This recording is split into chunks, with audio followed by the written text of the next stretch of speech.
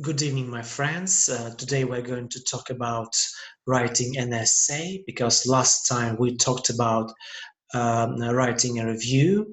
An essay is also a formal piece of writing and it contains actually your ideas on some topic. Yes, so before we start talking about how to write an essay and about the structure of an essay, about the parts that an essay has, let us discuss what an essay is. Yes, an essay is a short piece of writing by a student on a particular subject, essay on or about. For example, we have to write an essay about romantic poetry. This example was taken from Macmillan Dictionary. As I've said, an essay is something like a review, but a review is devoted to a particular, for example, book or film or concert, a piece of music, and so on and so forth. What is an essay? What is an essay? An essay always concerns some topic, yes? It doesn't concern, for example, well, it may concern a book, but there is a difference between an essay and a review. An essay has a more complicated structure. So let's talk about an essay and the parts that an essay has. So please pay attention to the classical structure of an essay. It has the five paragraph structure. Yes, so for example, the 5-paragraph essay. The first part is introduction. The second part is body 1. The third part is body 2. The fourth part is body 3. And the fifth part is the conclusion. Of course, you understand the difference between introduction and conclusion, and we're going to discuss these parts in detail tonight. And we'll also discuss the differences between body 1, body 2, and body 3. What are the differences between them?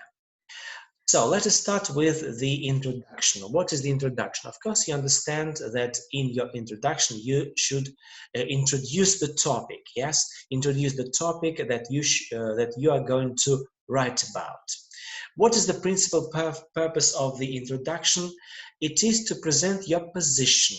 Yes, so you should present your thesis, your argument, yes, on the issue at hand.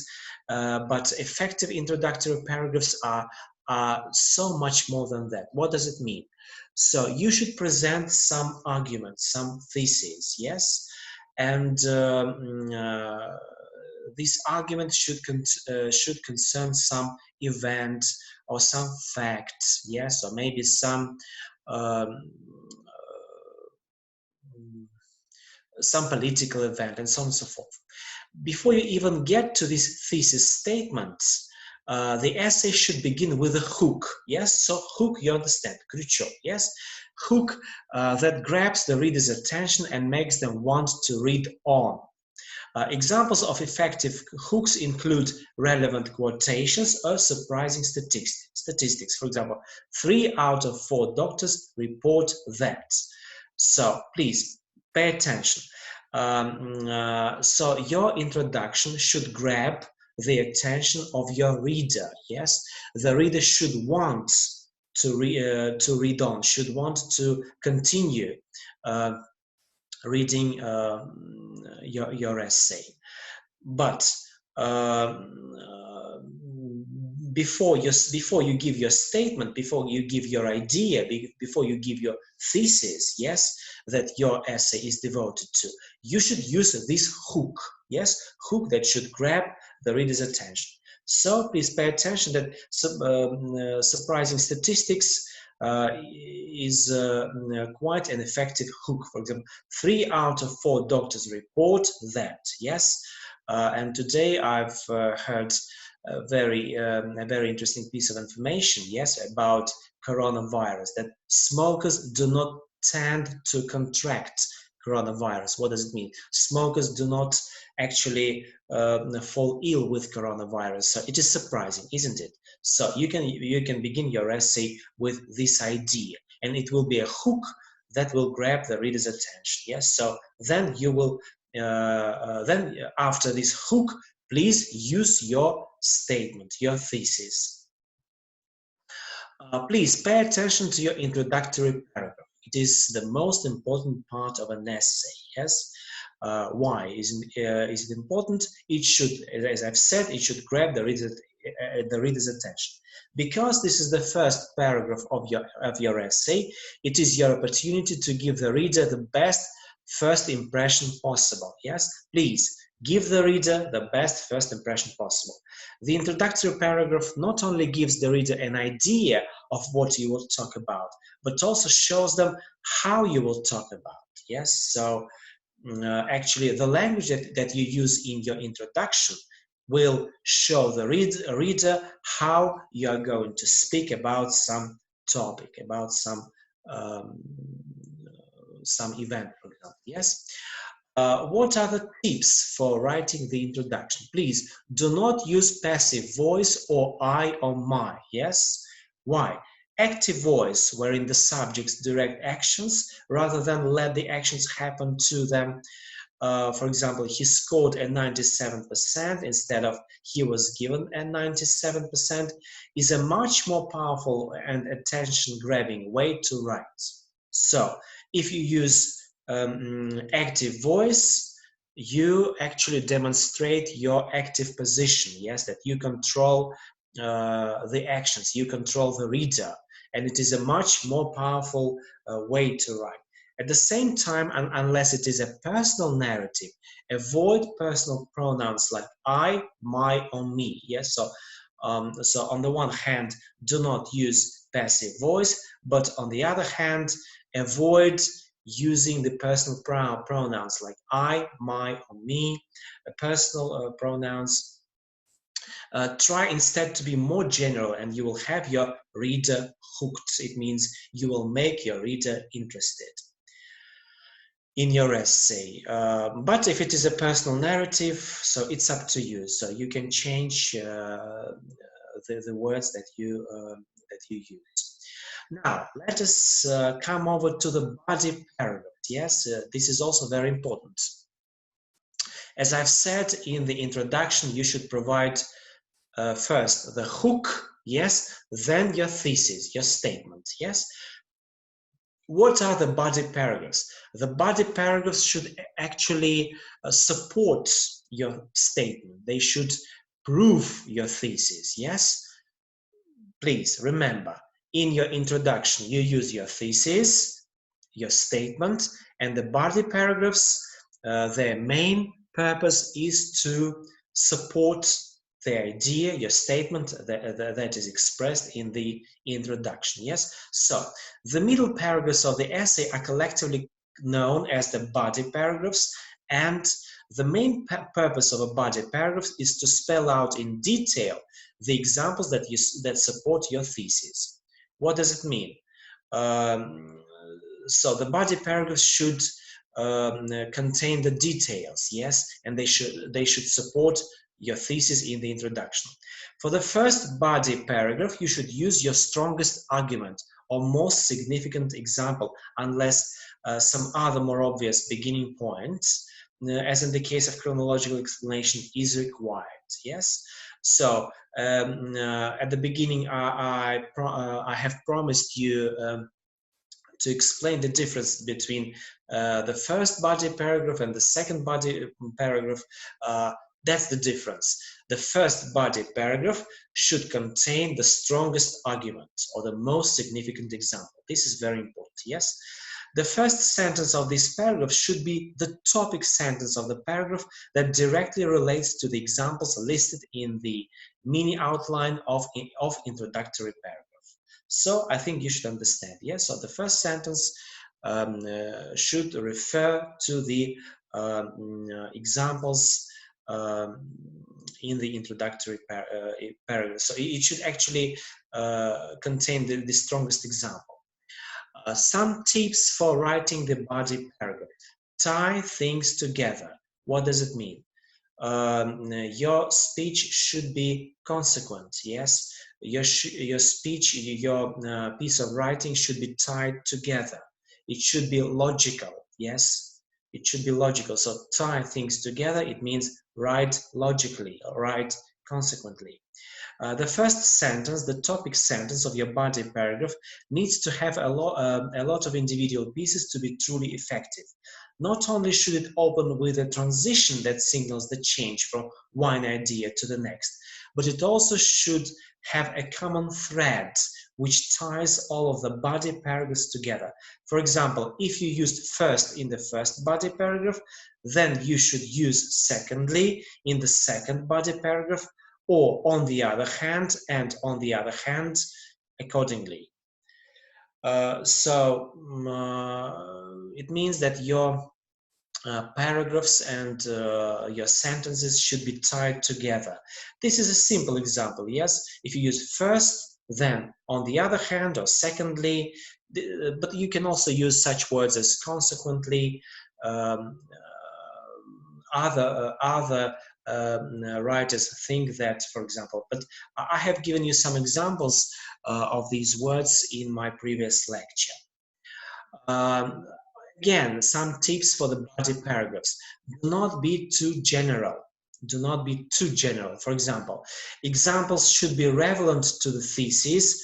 Thesis is the main idea that you describe in the introduction, and so should the explanatory details you provide for that. Yes, so examples should be relevant, and the explanatory details should be relevant too. If you are trying to explain why George Washington is a great example of a strong leader, for instance, his childhood adventure with the cherry tree, though interesting in another essay, should probably be skipped over. So you understand, if your essay is devoted to George Washington and to his characteristics of a strong leader, please avoid irrelevant examples, yes, irrelevant details. For example, the adventure with a cherry tree is not quite relevant. You may avoid. Before we come to the conclusion, let me again tell you a few things about the body paragraphs. Yes, the first paragraph should contain the strongest example, yes, or the most effective proof. The second and the third paragraphs, body paragraphs, they may support your idea with examples too, yes, but each body paragraph should contain a separate idea, but these three separate ideas should have relevant examples, and they should all support your thesis, your statement, which is contained in the introduction, yes? Now let us come over to the conclusion. Although the conclusion paragraphs comes at the end of your essay, it should not be seen as an afterthought, yes? This is not something that comes after everything, yes? Your conclusion should embrace everything that was described in your previous parts, yes? As the final paragraph, it represents your last chance to make your case, and as such should follow an extremely rigid format. Sorry, there is a misprint in my presentation. Not is represent, but it represents. I'm sorry, my friends. One way to think of the conclusion is paradoxically as a second introduction. So what does it mean? Your conclusion is the second introduction. Is it clear? Because it does in fact contain many of the same features as the introduction. While it does not need to be too long, 4 sentences should be enough. It can make or break your essay. Effective conclusions open with a concluding transition. For example, in conclusion, in the end, and an allusion to the hook used in the introductory paragraph. After that, you should immediately provide a restatement of your thesis statements. So what does it mean? You should begin your conclusion with words like in conclusion or in the end, yes, but you should you should come back to the hook which you used in the introductory paragraph. Yes, and you cannot use this. You cannot use your thesis, your statement in the conclusion again, but you should restate it. You should give it in other words. Yes. So what does it mean? If you have your thesis, you have your thesis in the introduction. Your conclusion should also refer to this thesis, but it should be restated. Yes, it should be given in other words. Yes, and don't forget about the hook. Having done all of that, the final element and final sentence in your essay should be a global statement or call to action that gives the reader signals that the discussion has come to an end. Yes, so the final element of the conclusion should be some global statement. Yes, for example, that's why the doctors suppose that. Yes, or call to action. That's why we should protect the environment. Yes, so the final sentence should be very, very specific. It should be global, or it should be a call to action. Again, some tips regarding the conclusion. Do not copy the first paragraph. Do not copy the first paragraph. Although you can reuse the same keywords in the conclusion as you did in the introduction, try not to copy whole phrases word for word. Instead, try to use this last paragraph to really show your skills as a writer by being as artful in your rephrasing as possible. So please pay attention that your thesis, your statement, which you include into the first paragraph, into the introduction, should be rephrased, should be restated. Yes, should be given in other words. Now, I would like to provide a brief outline of the essay. Yes, now let us discuss the structure of an essay in brief. Yes, so the essay, it should contain introduction paragraph. What should the introduction paragraph have? An attention-grabbing hook, some statistics, some quotation, then a thesis statement, and a preview of the 3 subtopics you will discuss in the body paragraphs. This is quite simple. Hook, a thesis statement, then you will have 3 body paragraphs, and all of your 3 body paragraphs will have 3 subtopics. Yes, 3 subtopics of 1 main topic. This is the introduction paragraph. Very simple, very simple. It shouldn't be long.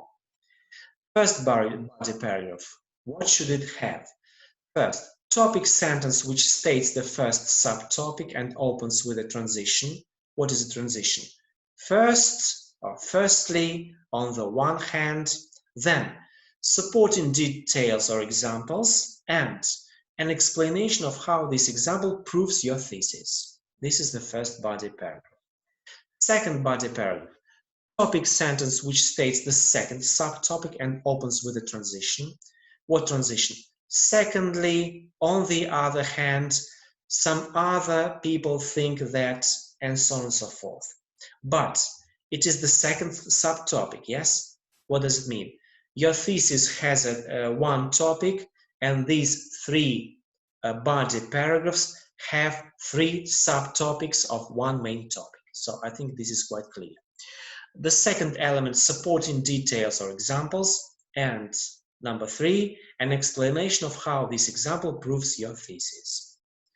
Third body paragraph, again, topic sentence which states the 3rd subtopic and opens with a transition. For example, thirdly, yes, but on the contrary, and so on and so forth. There should be some transition word, yes, transition word. Then supporting details or examples, and an explanation of how this example proves your thesis. And concluding paragraph. What should it have? Concluding transition, reverse hook, and restatement of thesis. What is concluding transition? In conclusion, yes, finally, and so on and so forth. Yes, I have given you some examples in my previous slide. Reverse hook. Yes, think about the hook that you used in your introduction paragraph and reverse. Come back to this hook, but it should be a bit different. Yes, and restatement of thesis. You cannot repeat your thesis word for word. Restate it, rephrase it. Yes. Next, rephrasing main topics and subtopics. Rephrasing main topic and subtopics, and global statement or call to action. This is the last sentence. So, my friends, I think that's all for today. Thank you for your attention. I hope to see you soon. Thank you very much.